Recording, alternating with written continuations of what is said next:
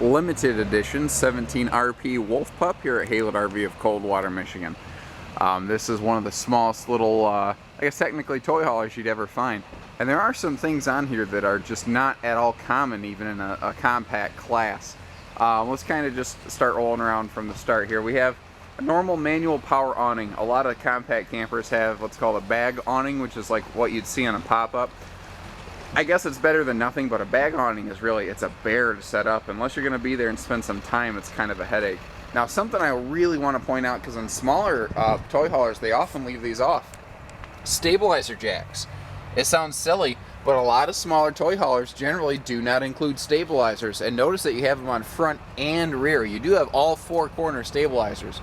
So when you hit your campsite, this thing is pretty rock steady.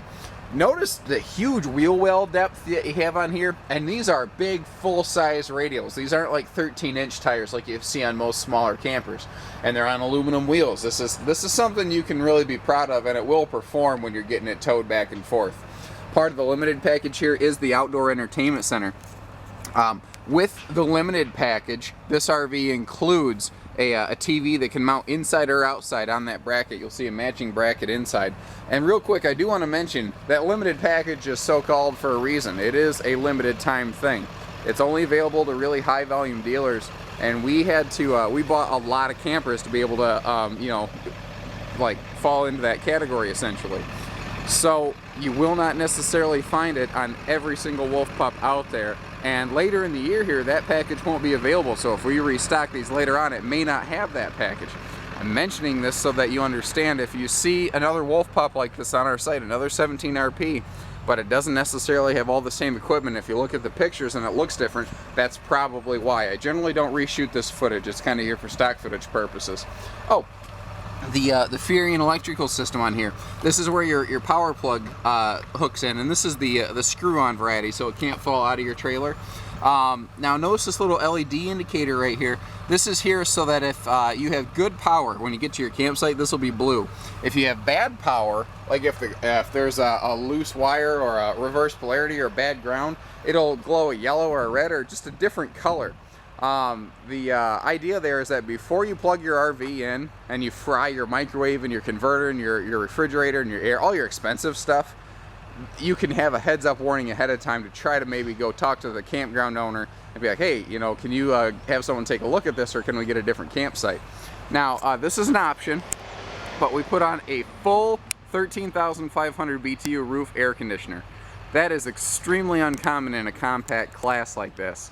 You know, normally a lot of these small campers have no air conditioning standard. Many will let you upgrade to a 5,000 BTU wall mount like you'd have in a window at home. We've put a 13.5 on there like this thing was a fifth wheel. In short, if you want to breathe icicles, we've made it so that you can.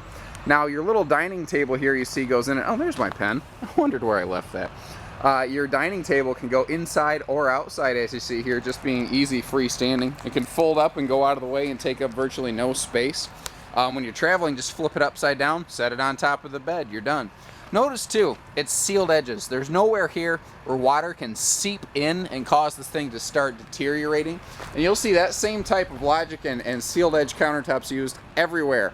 That's the only type of countertop they use in this RV. They don't use T-molded press board or anything like that. And even on this small class of camper, notice that you do have full extension downspouts right here.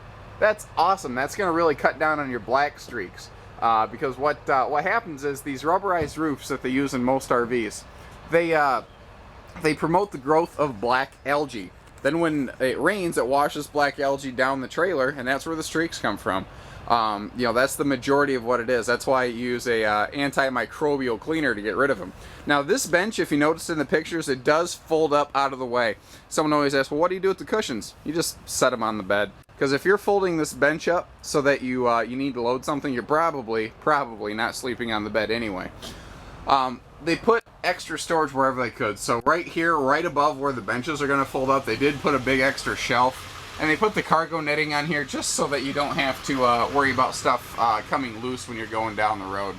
Again, notice that everywhere you see the countertop, you're going to see upgraded seamless resin countertops. They have a 4 cubic foot refrigerator in here. It has a little freezer spot in it. And that's really nice because a lot of these compact campers only stop at 3 cubic foot, so it is still a little bit bigger. Notice too, they have extra power outlets up here above the shelf space, so if you want to add any sort of device here or charge, you know, cell phones and stuff, you can do that. On the flip side of the RV, I do like to point out this big window. And the important part of this window is this is looking right out at your campsite. So when you wake up in the morning, you want to see what the weather looks like, or you want to see, you know, is the fire still smoldering? You can see right out that window. Also, you're looking at nicer night shades, pleated night shades in here, not the cheaper metal blinds. Your TV inside mounts up here against the wall. Again, you have that matching bracket inside and outside, so you can have an indoor-outdoor sort of entertainment experience.